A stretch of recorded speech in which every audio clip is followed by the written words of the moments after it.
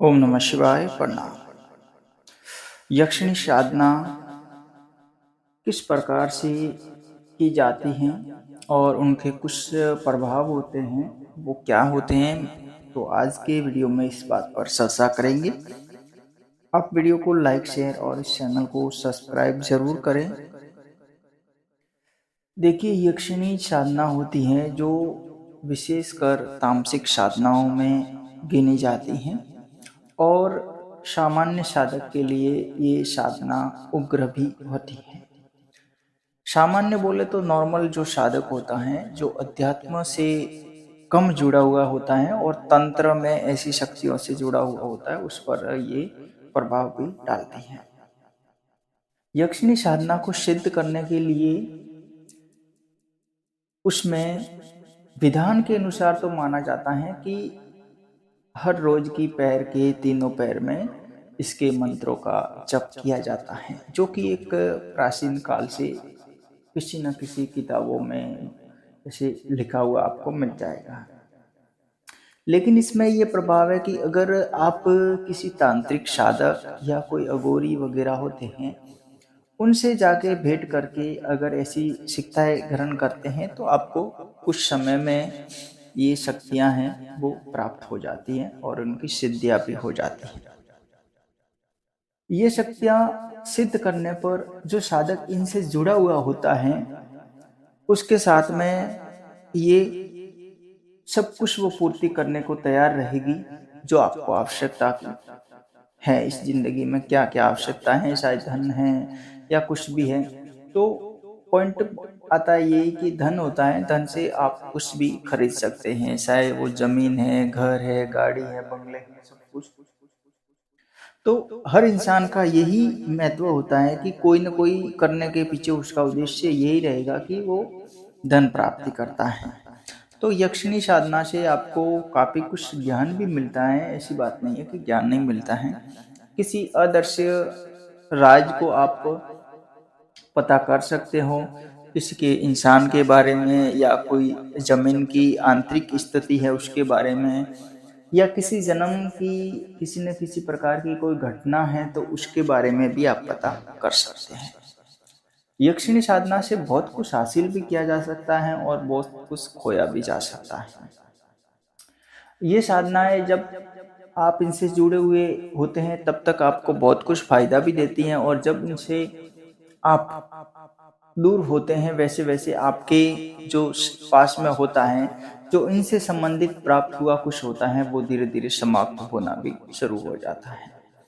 ये एक विशेष इसका रहस्य है। आप किसी भी साधना, इससे क्या किसी दूसरी जैसे पिशाचनी साधना है तो उसको भी करके देखिएगा, यक्षिणी है, योगिनी है, ऐसी बहुत सारी शक्तियां हैं, उनसे भी करके देखिएगा। जैसे जैसे आप उन शक्तियों के साथ में रहेंगे वैसे वैसे आपके साथ में वो सारी चीजें बनी रहेगी जिसकी आपको आवश्यकता है और आप उससे खुशी के साथ में रहते हैं।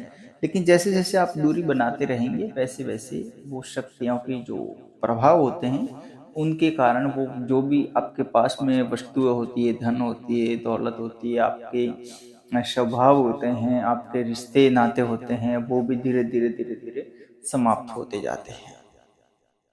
इस प्रभाव को आप स्वयं करके देखिए, आपको खुद को पता चल जाएगा कि इनसे ये हकीकत है या नहीं है। मेरा मानना तो हकीकत है, क्योंकि ये शक्तियाँ जो करता है उनको पता चलती है कि इनसे क्या प्राप्त होता है, फिर उनको छोड़ने पर वो चीज़ है अपने पास में बनी रहती है या नहीं है जो इनसे प्राप्त हुए इस लेवल में, इस समय में।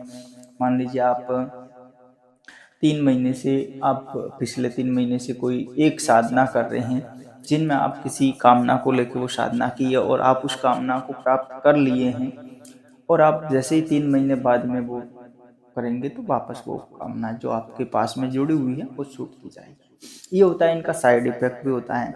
इनकी सिद्धि आप रात्रिकालीन में करें बेहतर रहेगा, आप एकांत स्थान में करें बेहतर रहेगा, एकांत कमरे में कर सकते हैं, खेत खलियान या ऐसा कोई झरना जंगल वगैरह वगैरह, तो वहां पर करें तो भी बेहतर रहेगा। इसके अलावा ये शक्तियां हैं जो शमशानी शक्तियों से भी जुड़ी हुई होती हैं, तो आप इसको, ऐसी कोई बात नहीं है कि आप हर जगह इनमें कोई बाधा आती है तो वहाँ पर नहीं कर सकते, किसी भी जगह कर सकते हैं, ऐसा कोई विशेष नहीं है। आप घर के कोई कमरा है उसमें भी कर सकते हैं। ये होता है कि साधना में स्थान विशेष का ये प्रभाव रहता है कि कहीं कहीं ये जल्दी शक्तियाँ प्राप्त हो जाती हैं और कहीं कहीं इनकी थोड़ी समस्या होती है कि आने जाने में इनकी कोई प्रॉब्लम होती है, कोई और भी रास्ते में कोई देवी देवताओं के स्थान होते हैं, कोई घर की शक्तियाँ बैठी हुई होती हैं, तो इनके आने जाने में प्रॉब्लम होती है, तो इनके कारण भी आपको थोड़ी देरी लग सकती है इनको सिद्ध करने में। अब बाकी जैसे आप एकांत स्थान में वगैरह करते हैं तो वहाँ पर क्या होता है, ये डायरेक्टली शक्तियाँ हैं जुड़ती हैं और साधक से डायरेक्टली जुड़ती हैं, कोई ऐसा विशेष साइड प्रभाव नहीं होता है, तो सिद्धियाँ जल्दी मिल जाती हैं। ये कुछ इनके सिस्टम्स होते हैं। अब इनमें जैसे साधनाओं में तो मैंने कितनी बार बताया कि आप जिस भी शक्ति का मंत्र जप करते हैं, चाहे यक्षिणी है या कोई भी है, तो मेरा मानना है कि आप हवन आप जरूर करें। हवन से ऐसी शक्तियाँ हैं वो जल्दी, ऐसी क्या कोई भी शक्तियाँ वो जल्दी प्रभावित होती हैं और आकर्षित होती हैं। ऐसी शक्तियों को आकर्षित करने के लिए चमेली का तेल आप प्रयोग में कर सकते हैं हवन में, दिए में, तो उनसे भी काफ़ी कुछ प्रभाव होता है, ये शक्तियाँ आकर्षित होती हैं। ठीक है। और जब तक एक बात का ध्यान रखना है, जब तक शक्तियों से आप कनेक्टिविटी नहीं बनते हैं तब तक किसी प्रकार का आप एक्स्ट्रा किसी भी प्रकार का कोई भोग वगैरह ना दें, बेहतर रहेगा। ये एक विशेष बात का ध्यान रखें। बाकी आप मंत्र तो बहुत सारे हैं, हर शक्तियों के कई मंत्र हैं, एक नहीं अनेक मंत्र हैं। आप नाम जब से भी कोई शक्ति को पुकारना चाहे तो भी पुकार सकते हैं कि लंबा चौड़ा मंत्र होता है जिसमें हरिम होम कलीम फलीम जो भी होता है वो आप इतना नहीं कह सकते हो, तो आप डायरेक्टली नाम मंत्र कर सकते हैं। ठीक है। जैसे माँ काली का है तो ओम माँ काली स्वाहा, ओम माँ काली नमः, ऐसे भी बोल सकते हैं। वैसे यक्षिणियों के भी अपने नाम से किसी न किसी शक्ति को बुला सकते हैं। आप किसे यक्षिणी लगा दीजिएगा, आगे नाम लगा दीजिएगा, उस नाम की जो यक्षिणी होगी वो आपके पास चली आएगी। नाम से जैसे पुकारते हैं अपन इंसान को, वैसे भी शक्तियों को भी नाम से पुकार के उनको आकर्षित किया जाता है, उनको सिद्ध किया जा सकता है। ऐसे ही योगिनियों में भी इनके और योगिनियों और यक्षिणियों के नाम समान रूप से होते हैं काफ़ी सारे। ठीक है। तो आप यक्षिणी योगिनी उनको बुला सकते हैं। पिशाचनियाँ होती हैं, उनके भी अलग अलग नाम से होते हैं। विशेषकर पिशाचनियों के कुछ मंत्र होते हैं जिनसे उनसे संबंधित, पिशाचनियों से संबंधित जो शक्तियाँ होती हैं वो जल्दी आकर्षित हो जाती है। इनसे पहले वो ज़्यादा आकर्षित हो जाती है, वो जल्दी आती है, लेकिन वो थोड़ा उग्र प्रभाव की भी होती है। वो आते ही हर,